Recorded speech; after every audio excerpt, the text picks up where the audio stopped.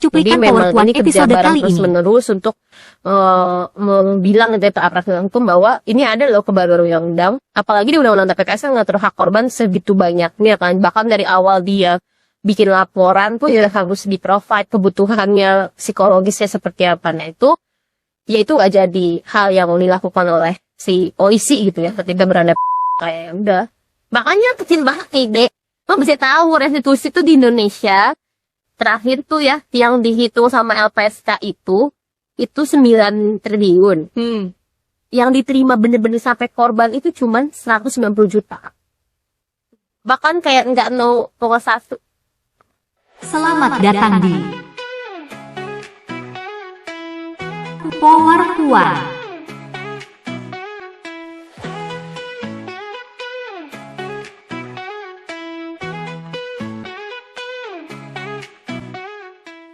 Hai Sobat Puan, ketemu lagi bareng Dede di podcast PowerPoint. Kali ini aku sudah kedatangan narasumber. Halo semuanya teman-teman Sobat Puan. Iya, Sobat Puan. Nah, ini sekarang sudah ada sobatku. Hai tadi sobatnya Dede. Ada Kak Maidina dari ICGR. Mungkin beberapa Sobat Puan udah tahu ya, pasti ya. Ini muka-mukanya ini udah sering banget muncul di mana-mana. Atau ICGR, mungkin nanti karena bisa jelaskan ya, ICGR itu apa sih sebenarnya?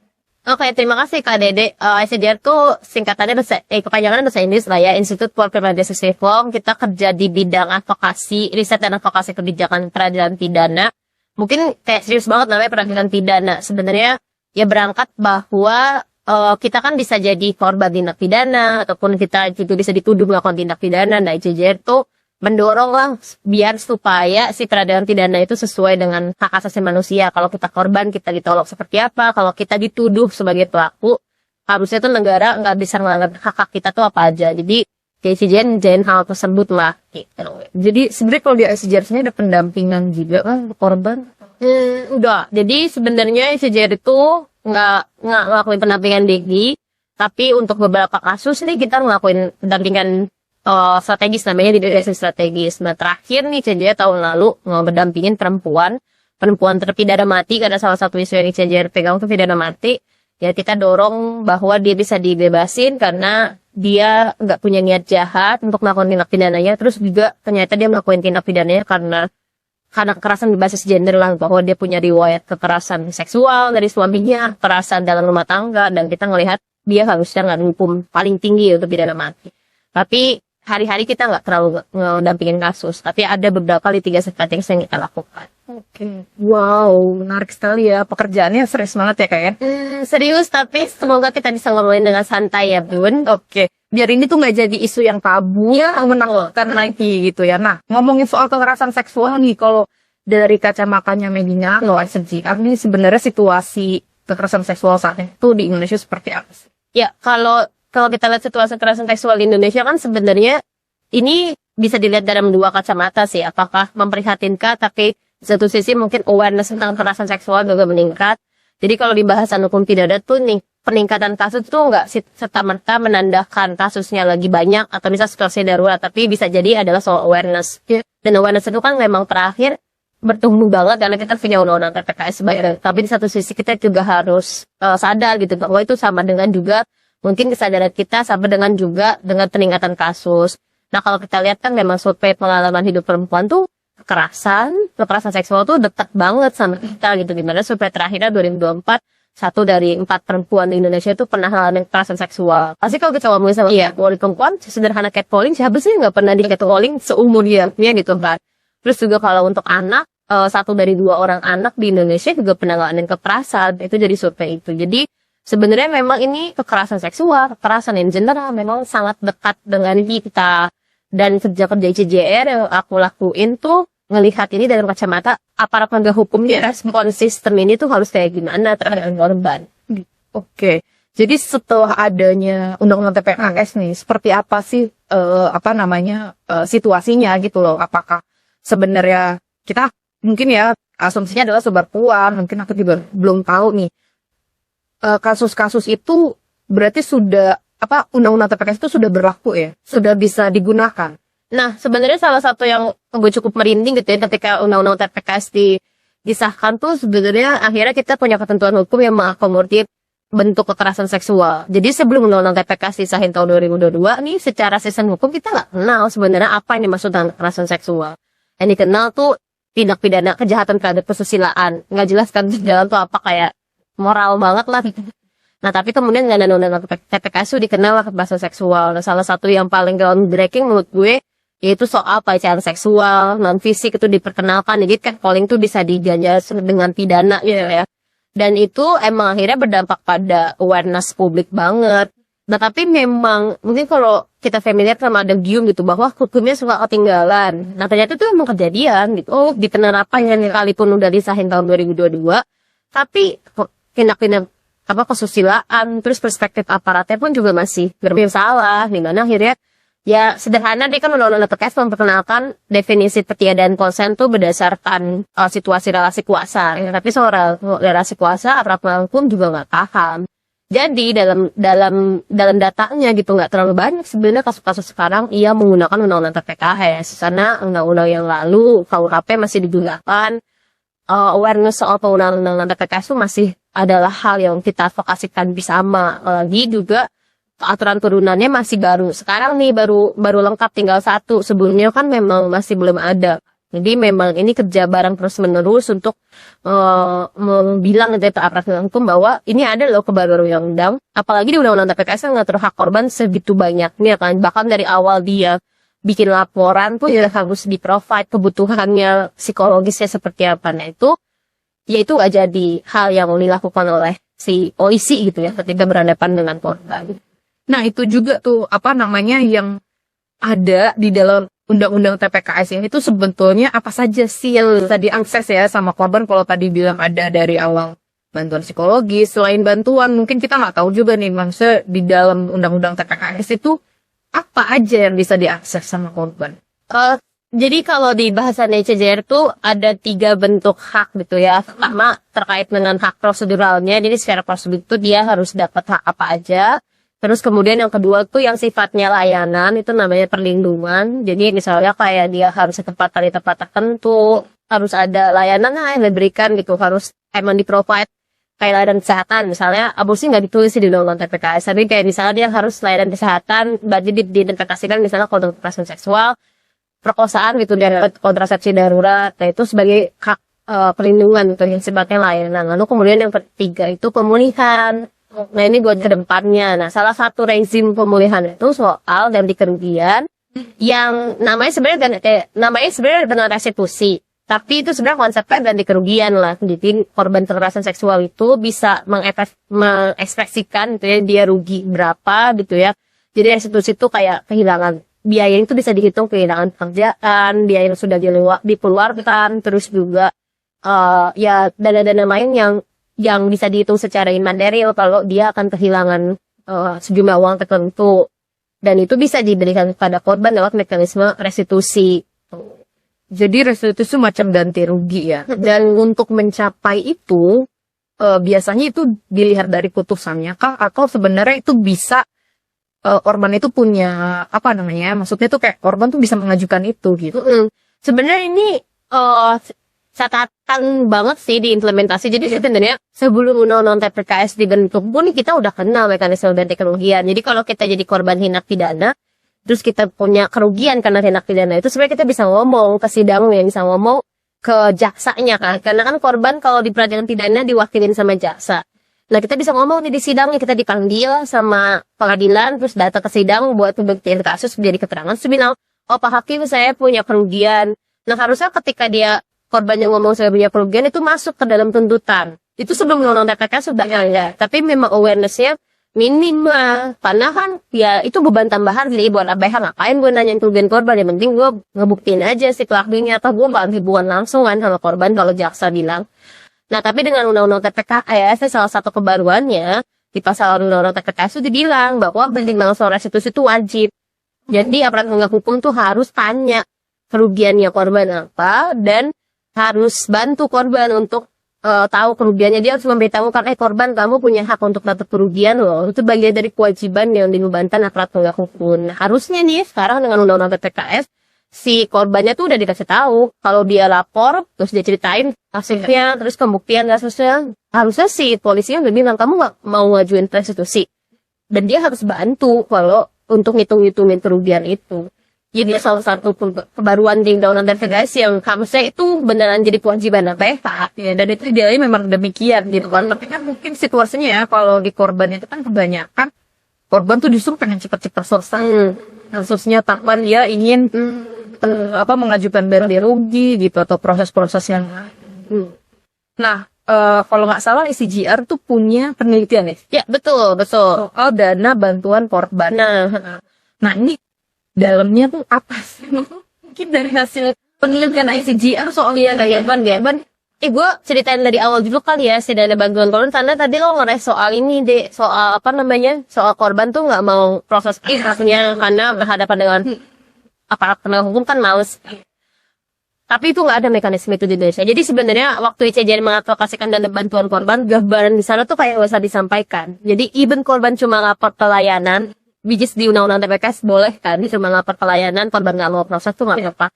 Kalau di Belanda tuh sesederhana korban ngelapor ke lembaga layanan, yaitu lembaga layanan mengkonfirmasi awal gitu, memverifikasi bahwa dia ada korban, si lembaga layanan itu bisa propose ke LPSK di sana untuk minta uang. Walaupun nggak ada laporan tindak pidana hukumnya, maksudnya proses hukumnya nggak ada, bahkan itu dia langsung bisa gitu, karena dia bagian dari si dana bantuan korban, dia kasih uang ke layanan. Nah, itu yang kita dorong waktu awal memperkenalkan si dana bantuan korban. Jadi si dana bantuan korban itu bisa membayar restitusi yang diproses di putus pengadilan, sama bisa ngasih pemulihan buat korban bantuan itu. Dan layanan ini kalau misalnya ngomongin layanan, berarti kan lembaga layanannya ini apakah yang swasta, ataukah yang memang punya pemerintah? Kalau yang di Belanda sih karena memang dia juga nggak perlu banyak ya, maksudnya negaranya malah tebes gitu, jadi kalau per negeri ya ada duitnya. Nah di Belanda sih konsepnya ideal gitu, jadi dia negara yang emang diorganisir sama negara. Nah cuman kan di sini susah ya Bun, kayak jadinya konsep ideal kayak gitu tuh nggak diterima. Jadi kayak waktu itu kenapa sih akhirnya si dana bantuan korban kita dorong? Karena balik lagi gitu ya, bahwa kebutuhan korban kekerasan seksual banyak banget kan, dari mulai dia kebutuhan kesehatan fisiknya sampai kesehatan mental sampai pemulihan psikososialnya, dia balik ke rumah, bahkan mungkin dia butuh pindah rumah dan lain sebagainya, itu kan mahal kan. Waktu itu juga kita ngumpulin riset tuh dari teman-teman Atma Jaya. Dia bilang gitu bahwa kebutuhan korban kekerasan seksual itu bahkan dihitung sehari itu bisa 1,3 juta. Tapi sedangkan di satu sisi dana yang disiapin sama pelanggaran tuh kecil banget gitu. Bahkan sederhana visum aja disuruh bayar kan, luar biasa, dan itu kan mahal. Dan itu mahal, nggak ada nih anggarannya sama sekali. Nah terus kita ngelihat konsep mana sih sebenarnya yang mengakomodir korban itu bisa dapat bantuan, yaitu salah satunya dengan dana bantuan korban. Selain tadi kebutuhan korban banyak, di satu sisi kan 93% kekerasan seksual itu terjadi di ruang privat. Banyak kasus anak yang mayoritas kasus Indonesia kekerasan seksual di putusan itu anak. Banyak kasus anak tuh pelakunya orang terdekat dia juga. Kemampuan ekonominya sama aja dong sama korban. Nah makanya kalaupun mau dibubarin restitusi ganti kerugian, emang dia bisa bayar. Profil ekonominya sama kayak korban. Jadi kalaupun kita mau nuntut dia dapat restitusi ganti kerugian, dia tetap korban yang akan kena badulnya, yang tetap nanggungnya. Nah, makanya kita butuh ide, gagasan yang groundbreaking nih apa untuk at least untuk layanan buat korban, untuk ganti kerugian korban. Nah kita berbagai riset ternyata ada konsep bikin trust fund. Jadi negara tuh punya uang seger, uang yang ada terus dan abadi untuk diberikan kepada korban. Nah itu ya mekanismenya banyak lah di berbagai negara, kayak di US sudah well established. Terus kemudian kalau untuk kasus-kasus yang sering ada tuh pelanggaran HAM berat, jadi negara-negara tuh sumbang uang ke si fund itu, si dana itu, dan dana itu tuh abadi untuk bisa dikasih balik ke korban. Nah ngasihnya mekanisme apa aja yang bisa dikasih? Nah salah satunya ganti si restitusi tadi. kan di sana nggak semua pelaku kaya, nggak semua pelaku mampu. Ya udah ditalangin dulu nih sama si restitusi tadi, si dana bantuan. Terus baru deh pelakunya diutang sama dana bantuan korban. Nah, nanti jaksanya nge-enforce ke pelaku. Terus dia si dana uang sebelum tadi itu juga bisa didistribusikan ke lembaga-lembaga layanan. Nah, itu idealnya kayak gitu yang kita dorong. Pun juga si dana bantuan korban ini ya untuk 2 hal itu lah, pokoknya untuk bayar restitusi sarana lembaga layanan. Nah, tapi nggak mudah ngadvokasi ini tuh kan di Indonesia. Oh, salah satu yang kita dorong juga kalau di US itu si dana itu didapetin juga dari penegakan hukum. Jadi kan kayak polisi kan nyipta nih, kayak kita SIM bayar ya kan, kayak ada pelanggaran bayar. Pokoknya intinya ada denda yang kita bayar ke negara kan.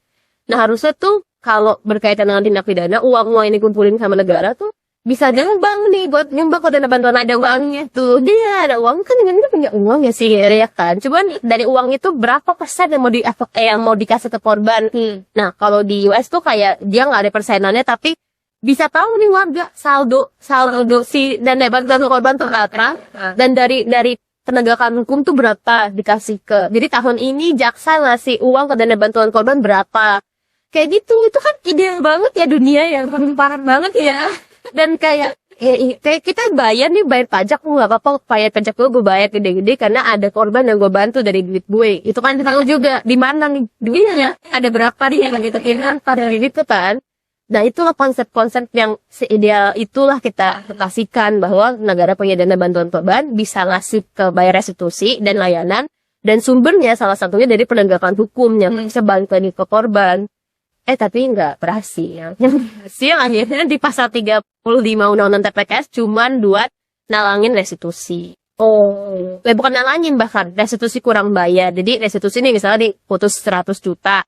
Dia cuma bisa bayar 20 juta, 80 jutanya dibayarin sama dana bantuan korban. Maksudnya itu yang restitusi kurang bayar. Nah, kalau misalnya nggak bisa bayar, nah itu nggak dijelasin aturannya benar-benar gitu ya, karena dia nyebutnya cuman kalau dia nggak dibayarkan oleh pelaku, makanya jadi kompensasi.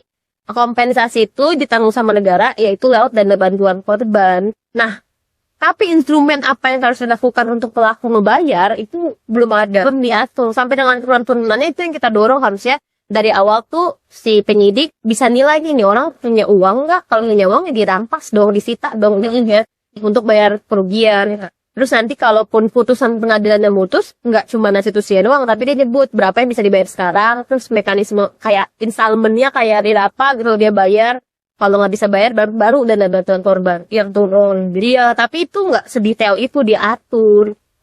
Itu lembaga yang mengelolanya itu, maksudnya itu ada siapa? Kalau di dana bantuan korban atau restitusi tadi. Nah, kalau sekarang restitusi kan yang sama LPSK. Jadi LPSK yang ngitungin, terus LPSK harus submit ke jaksa masukin ke tuntutan, terus nanti diputus sama pengadilan.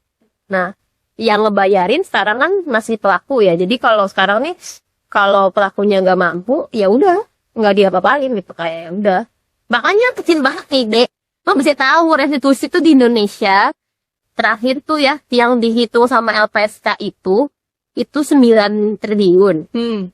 Yang diterima bener-bener sampai korban itu cuma 190 juta. Bahkan kayak nggak 0,1. Nggak ada, jadi nggak di-enforce, kayak kita nggak tahu. Baru udah capek-capek ngitung nih, korban udah ngitung kerugiannya, tapi ya bener diterima terus 190 juta. Tahun 2023. Baru kemarin kan kayaknya ada berita uang yang disita ya berapa triliun. Iya, itu apalagi level lagi tuh namanya penerimaan negara bukan pajak dari tindakan hukum. Itu sejarah yang disetin itu bisa nggak itu dikontribusikan buat DPK, untuk DBK. Terus dibilangnya bahwa penghasilan jaksa polisi dari hal tersebut tuh informasi yang dikecualikan. Jadi itu nggak bisa kita akses. Dan itu namanya PNBP, dia cuman bisa balik lagi ke lembaganya. Jadi jaksa ngumpulin uang itu buat jaksa, maka dia bikin gedung baru. Jadi polisi ngumpulin uang denda lo dari segala macam tilang-tilang. Jadi di situ ya. Ini kelihatan. Nggak ada komitmennya. Kelihatan memangnya dibangun apa? Itu bukan kelihatan ini buat siapa. Emang ada gedungnya. Kurang pas. itu yang kita advokasikan tentang penerimaan negara bukan pajak untuk DBK. Ya akhirnya kita nemuin gitu. Even Kementerian Keuangan tuh kita dorong gitu, boleh nggak kita ngadain gagasan ini bahwa harusnya ada, kita nggak minta banyak-banyak. Itu tuh kayak hasil penegakan hukum itu di mana? Lupa gue. Di Indonesia.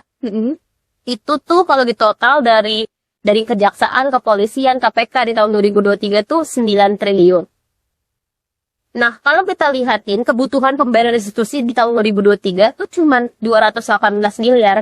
Jadi sebenarnya kontribusinya cuma 2%.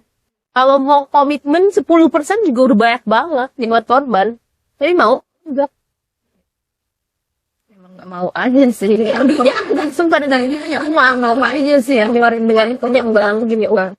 Itu yang tadi 190 juta itu yang berhasil. Dia yang akhirnya diterima sama korban. Diterima sama korban. Mungkin ada ini nggak sih kalau dari SCJR sendiri apa ya maksudnya tuh semacam best practice lah gitu dari kasus yang pengajuan ini buat dana bantuan korban atau restitusi. Ini masih baru sih karena kan pengeluaran TPS baru.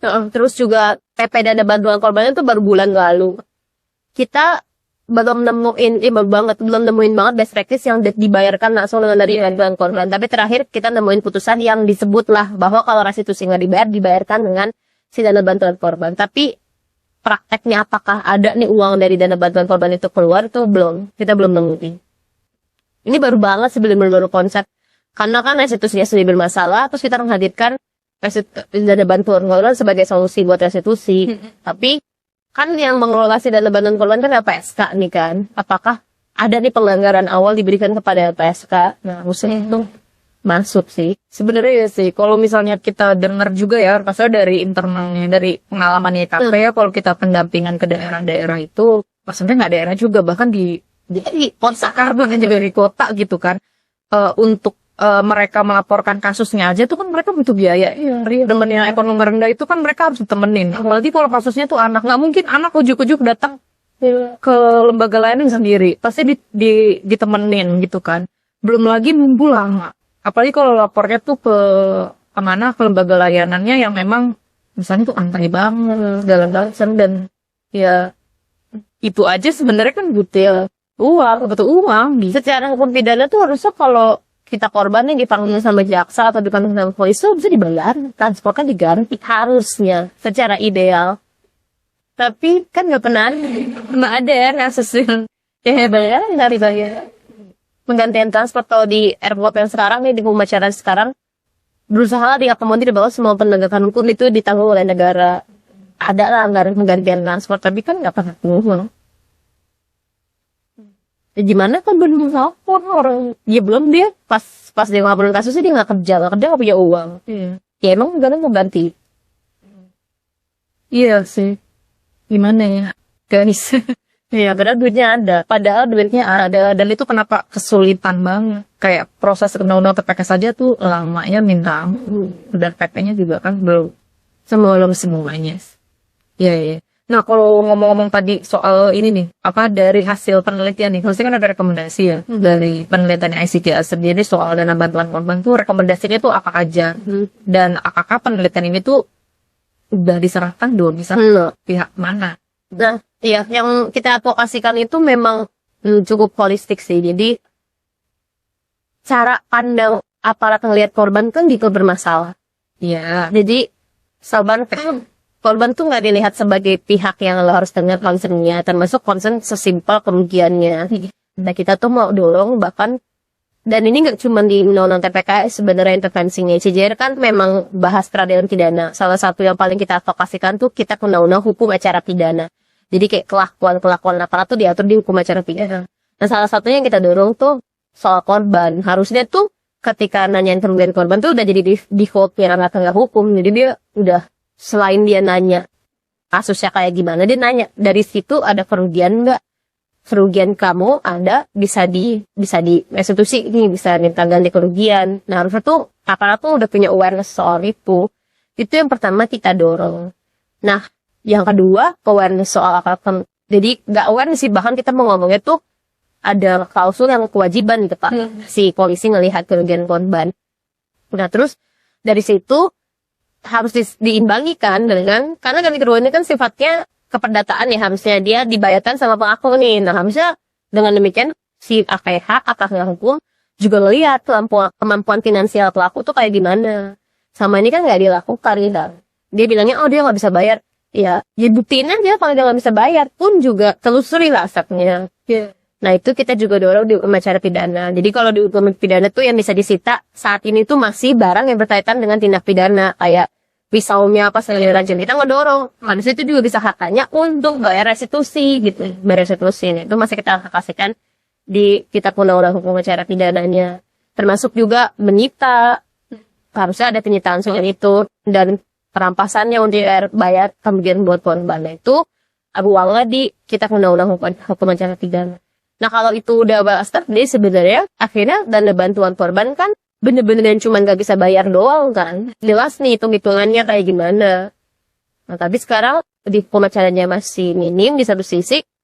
Dana bantuan korban tuh untuk nalangin itu. Nah makanya terakhir tuh PSK bilang bahwa ya kalau semuanya nanti dibayarin dana bantuan korban, yang ada dana bantuan korbannya juga gak established gitu. Belum tentu ada dana ya. Dan itu memang harus diimbangi sama tadi dia. Para cara pandang aparat yang harus beda melihatnya dia korban sebagai yang bisa mengajukan kerugian, di satu sisi dia harus melihat kemampuan finansial, menelusuri kita gitu. Nah, so far sih di dalam bantuan korban, terus kemarin juga terakhir ada PP-nya, PP nomor 29 tahun 2025 yang tadi gue bilang soal mengubah mindset APH itu belum diakomodir. Jadi ternyata sebenarnya belum ada juga tuh ya. Dulu-dulu kan kayaknya sempat ada tuh kan wacana kalau ada harus penguatan kapasitas di. Iya, itu kan harus ada kan. Itu juga.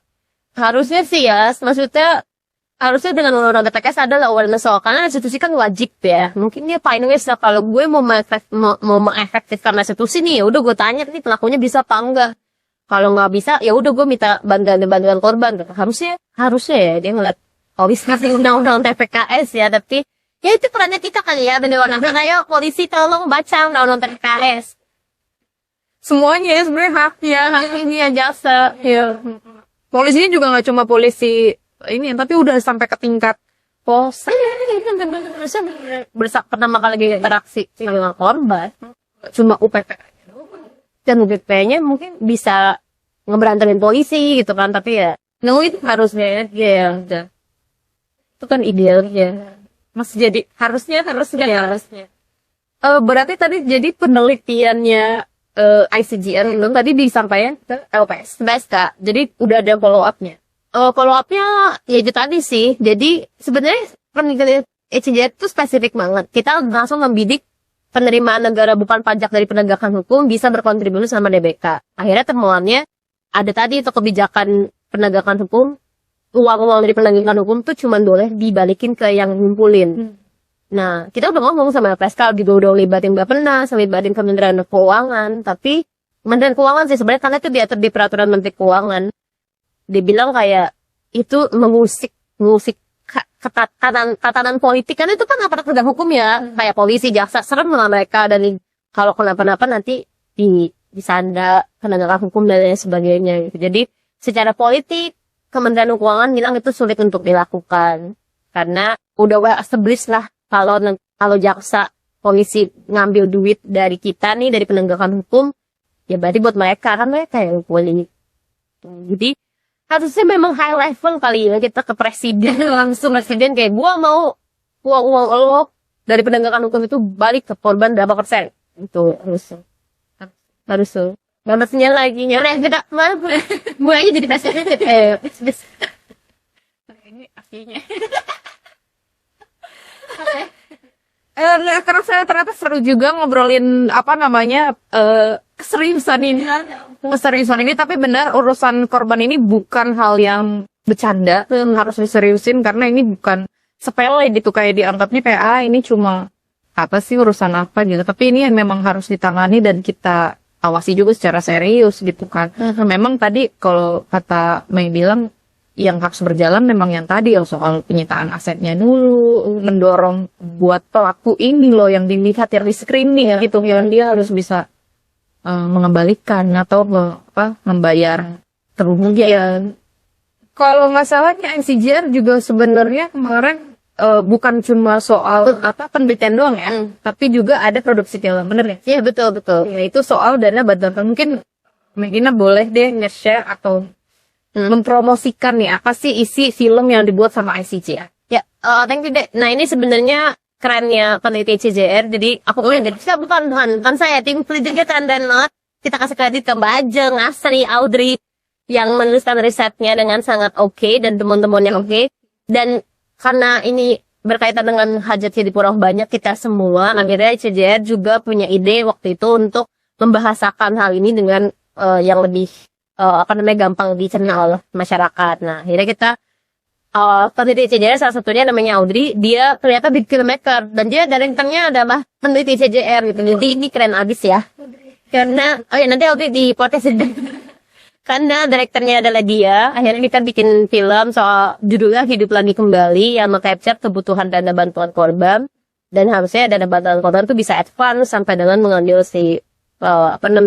uang-uang dari penegakan hukum tadi. Jadi kita ya mengkomunikasikan gitu bahwa ya korban udah capek berkali-kali, nah sayangnya sampai dalam saat ini negara tuh nggak jelas komitmennya untuk korban, padahal mungkin ya uangnya ada seperti dari aku bilang. Itu sih teman-teman kalau mau nonton bisa di ICJR ide Hidup Lagi Kembali cuman 13 menit, jadi teman-teman bisa nonton. Jangan lupa ya Sobat Puan buat nonton film ICJR yang judulnya Hidup Lagi Kembali buat tahu lebih jelas gitu ya terkait dana bantuan korban. Nah sebelum kita tutup nih Kak nih ada nggak sih harapan-harapan mungkin bisa buat Sobat Puan juga gitu terkait dana bantuan korban, restitusi dan juga korban kekerasan mungkin yang masih nggak tahu nih harus ngapain. Mungkin harapannya sebenarnya gue sering banget sih ngomong ini kayak nggak ada lain dan nggak bukan kita berhadapan mungkin dengan sistem hukum yang nggak ideal, yang sangat punya relasi kuasa di rezim ini. Jadi kayak bener banget itu ya, seperti ini saya teman-teman YKP ini bikin podcast, intinya berjejaring antara sama kita, sama-sama merangkul gitu ya. Mungkin di antara kita banyak yang dilakukan kekerasan ya, berada lain caranya selain kita merangkul dengan kita saling komunitas. Kita tahu kan bahwa ada nih peluang-peluang hukum yang bisa dimanfaatkan kayak tadi restitusi, dana bantuan korban. Nah kita sama-sama menguatkan lah dengan ilmu pengetahuan itu gitu. Dan ICJR komitmen lah untuk hadir menyediakan informasi itu dan mau riset, mengevaluasi pelakuan-pelakuan aparat, pelakuan-pelakuan sistem hukumnya, dan harapannya ya bisa mendorong sistem hukum yang lebih baik untuk korban. Dan ya, ruang itu ada di misalnya di dana bantuan korban.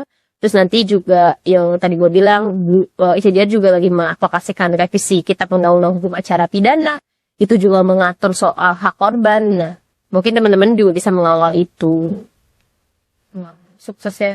Terima kasih banget. Terima kasih datang. Terima kasih Sobat Puan, itu aja episode kita kali ini. Jangan lupa untuk selalu update dan follow semua sosial medianya YKP dan juga ICJR. Jangan lupa nanti tonton juga film Hidup Lagi Kembalinya ICJR. Sampai ketemu lagi di episode berikutnya. Jangan, kalau misalnya Sobat Puan punya ide atau punya masukan buat siapa nanti yang akan diundang. Mungkin tadi ada Kak Audrey dari ICJR atau juga yang lain, boleh ya di komen aja atau boleh DM kita aja. Oke, sampai ketemu lagi di episode berikutnya. Terima kasih teman-teman. Terima kasih deh.